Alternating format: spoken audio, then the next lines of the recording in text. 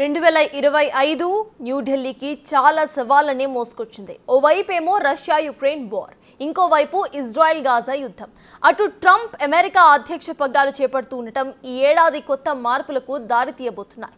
ఇక భారత్ విషయానికి వస్తే 2025 ఛాలెంజింగ్ గా ఉండబోతోంది. భారత్లో ఈ ఏడాదే Quad leaders summit, India EU summit, Modi China పర్యటన, పుతిన్ భారత్ పర్యటన, ఈ ఏడాదిలో మోదీ ట్రంప్ మీటింగ్, ఇలా వరుసగా డిప్లొమాటిక్ స్కెడ్యూల్స్ రెడీగా ఉన్నాయి. ఇంతకీ 2025లో అంతర్జాతీయంగా భారత్ ఎదుర్కొనబోయే ఆ సవాళ్లు ఏంటో ఇప్పుడు చూద్దాం.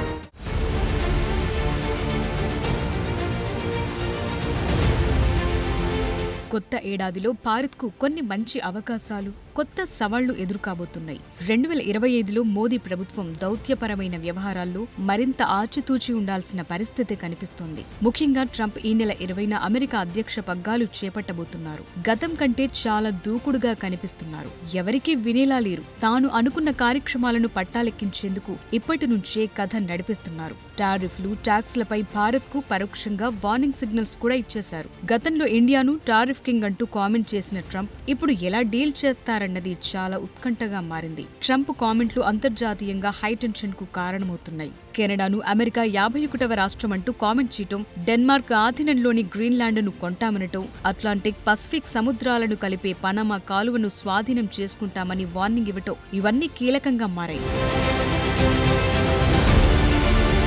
ఈసారి ట్రంప్ టారిఫ్ల విషయంలో మరింత కఠినంగా ఉండేందుకు డిసైడ్ అయినట్లు కనిపిస్తున్నారు.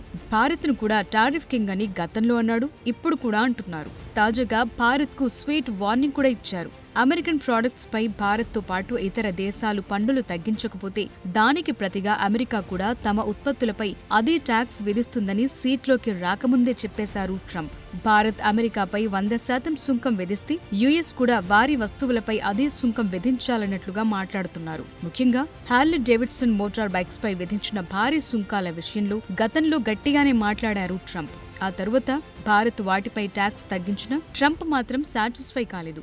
ముఖ్యంగా టారిఫ్ల విషయంలో ట్రంప్ చర్యలపై అన్ని దేశాలు ఆసక్తికరంగా, ఉత్కంఠగా ఎదురు చూస్తున్నాయి.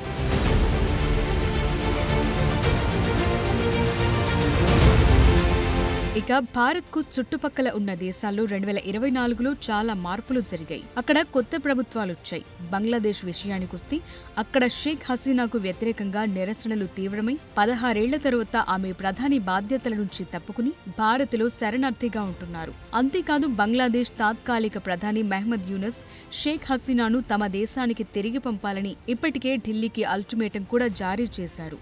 మరోవైపు బంగ్లాదేశ్లో ఆర్థిక సంక్షోభం పెద్ద సవాల్గా మారింది. అటు ఆ దేశంలోని మైనార్టీలైన హిందువులపై దాడులు పెరిగాయి. ఇది కూడా భారత్ అలర్ట్గా ఉండటానికి కారణం.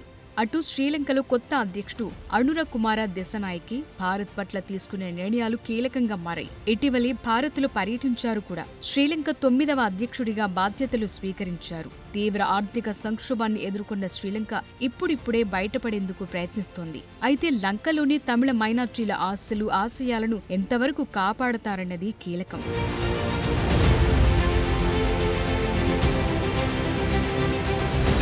అటు మాల్దీవులు కూడా భారత్తో స్నేహపూర్వకంగానే ముందుకెళ్లేందుకు సిగ్నల్స్ ఇచ్చాయి. గతంలో మొయిజ్జు చేసిన కామెంట్లతో ఆ దేశ టూరిజంపై పెద్ద ఎఫెక్ట్ పడింది. అయితే ఆ ఇంపాక్ట్ తెలిసి రావడంతో సాఫ్ట్ టోన్ పెంచారు మహ్మద్ మొయిజ్జు. మాల్దీవులు ఎప్పుడు సంక్షోభంలో కూరుకుపోయినా భారతే సహాయం చేస్తూ వచ్చింది. ఇప్పుడు కూడా మాల్దీవులకు తాజాగా $40 కోట్ల ఆర్థిక సహాయాన్ని ప్రకటించారు మోదీ. తమ దేశంలో పెట్టుబడులు పెంచేందుకు భారత్తో స్వేచ్ఛా వాణిజ్య ఒప్పందం కోసం ఎదురు చూస్తున్నామని మొయిజ్జు అన్నారు. అంతేకాదు తమ టూరిజం మార్కెట్కు భారతే పెద్ద సోర్స్ అని, ఈ కొత్త ఏడాది టూరిస్టుల సంఖ్య పెరుగుతుందన్న ఆశతో ఉన్నారాయన. అటు భారత్కు కీలకమైన సరిహద్దులో ఉన్న నేపాల్ పరిణామాలు ఉత్కంఠ కలిగిస్తున్నాయి. చైనాకు అనుకూలంగా ఉండే కేపీ శర్మ ఓలీ ఈ ఏడాదిలో మ్యాటర్ ఎలా డీల్ చేస్తారో చూడాలి.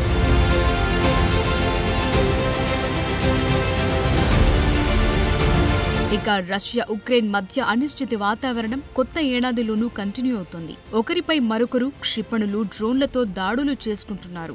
గత 3 ఏళ్లుగా యుద్ధం సాగుతూనే ఉంది. యుద్ధానికి ముగింపు పలికి చర్చలకు సిద్ధమని ఉక్రెయిన్ ప్రెసిడెంట్ జెలెన్స్కీ ఇప్పటికే ప్రకటించారు. అయితే పుతిన్తో చర్చల విషయంలో పురోగతి మాత్రం లేకుండా పోయింది. ఈ యుద్ధం ఆగాలంటే US, Russia, Ukraine, Europe, China, Bharat కీలకంగా మారాయి.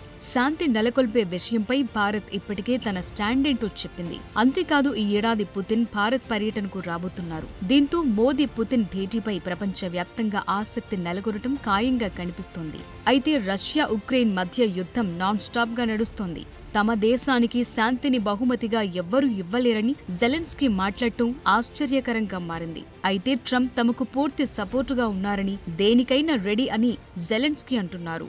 అటు రష్యా నుంచి ఉక్రెయిన్ మీదుగా యూరప్కు పైప్లైన్ ద్వారా జరిగే గ్యాస్ ఎగుమతులు కొత్త సంవత్సరం వేళ నిలిచిపోయాయి.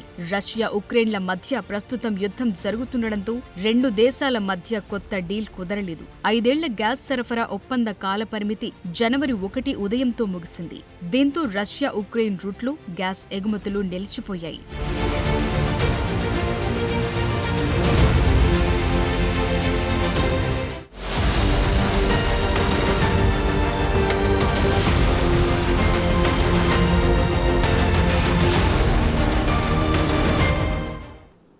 ఇక ఈ ఏడాదిలో చైనాతో భారత్ డీలింగ్స్ చాలా కీ ఫ్యాక్టర్గా కనిపిస్తున్నాయి.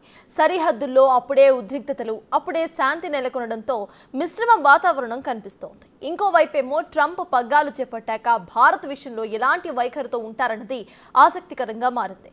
ఇటు ఇండియా, కెనడా బంధం ఇష్యూలోనూ అదే హై టెన్షన్ కొత్త ఏడాదిలోనూ కంటిన్యూ అయ్యే ఛాన్సెస్ గట్టిగా కనిపిస్తున్నాయి.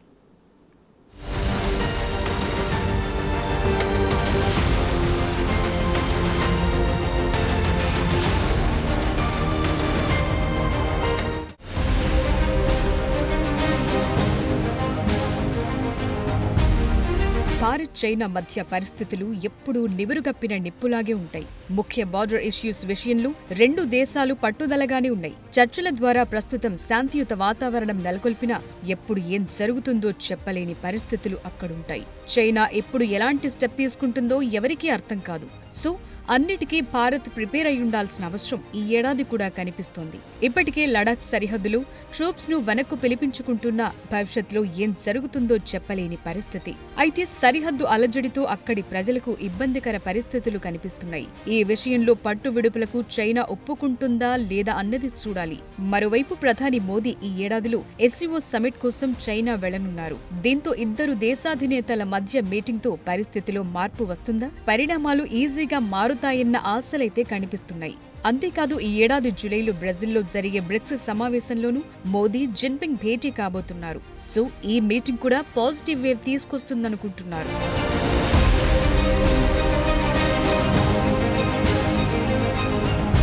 సరిహద్దుల్లో ఉద్రిక్తతలను తగ్గించుకునేలా భారత్, చైనా ఇటీవల కీలకమైన గస్తీ ఒప్పందం చేసుకుంది. వాస్తవాధీన రేఖ వెంబడి ఉద్రిక్తతలను తగ్గించుకోవటం కోసం భారత్, చైనా ఇటీవల గస్తీ ఒప్పందం కుదుర్చుకున్నాయి. దీని ప్రకారం 2020 నాటి యథాస్థితి ఎల్ఎస్సి వెంబడి కొనసాగనుంది. ఇరు దేశాల సైనికులు 2020లో గస్తీ నిర్వహించిన పెట్రోలింగ్ పాయింట్లకు ఇక స్వేచ్ఛగా వెళ్లొచ్చు. అటు ఈ క్రమంలోనే ఇరు దేశాల దౌత్య సంబంధాలను మరింత మెరుగుపర్చుకునేలా తాజాగా డ్రాగన్ కంట్రీ మరో కీలక నిర్ణయం తీసుకుంది. ఇండియన్లకు వీసా ధరలపై తగ్గింపును మరో ఏడాది పొడిగించింది. 2025 డిసెంబర్ 31 వరకు వీసా ఫీజుల తగ్గింపు కొనసాగుతుంది. ఓవైపు కూల్ గా కనిపించే చైనా తెర వెనుక చాలా నష్టాలు చేసే పనులే ముందేసుకుంటోంది. చైనా తాజాగా చేపడుతున్న భారీ హైడ్రో పవర్ ప్రాజెక్ట్ భారత్, బంగ్లాదేశ్లోని లక్షలాది మందిపై ఎఫెక్ట్ చూపే ఛాన్సెస్ కనిపిస్తున్నాయి.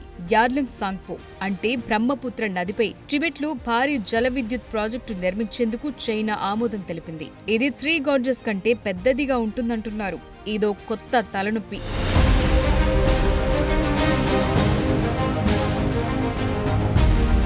అటు పాకిస్తాన్తో ఈ ఏడాది కూడా అవే సరిహద్దు ఉద్రిక్తతలు కంటిన్యూ అయ్యే అవకాశాలున్నాయి. అయితే చర్చలు, టెర్రరిజం ఒక్కతాటిపైకి తీసుకురాలేవని భారత్ ఎప్పటి నుంచో చెప్తూ వస్తోంది. జమ్మూ కశ్మీర్లో వరుస దాడులతో మరింత ఆగ్రహంగా ఉంది భారత్.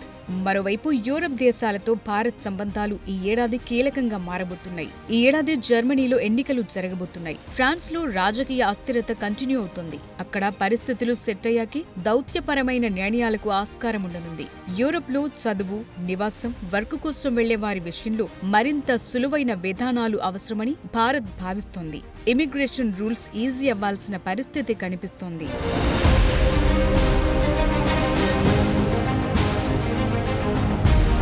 ఆఫ్రికా దేశాలతో సత్సంబంధాలకు భారత విదేశాంగ విధానం ప్రాధాన్యత ఇస్తుంది. ఈ ఏడాది కూడా కీలక ద్వైపాక్షిక ఒప్పందాలు, చర్చలు జరగబోతున్నాయి. ఈ ఏడాది ఇథియోపియాలో సమిట్ ఉంది. 2015లో ఢిల్లీలో జరిగిన సమిట్ కు ఆఫ్రికా దేశాల నుంచి అధినేతలు, ప్రతినిధులు వచ్చారు. అప్పుడది మేజర్ సక్సెస్ అయింది. ఈ ఏడాదిలో G20 లీడర్స్ సమిట్ కోసం ప్రధాని మోదీ సౌత్ ఆఫ్రికా వెళ్లనున్నారు. సో ఆఫ్రికా దేశాలతో డీలింగ్స్ 2025లో కీలకం కాబోతున్నాయి.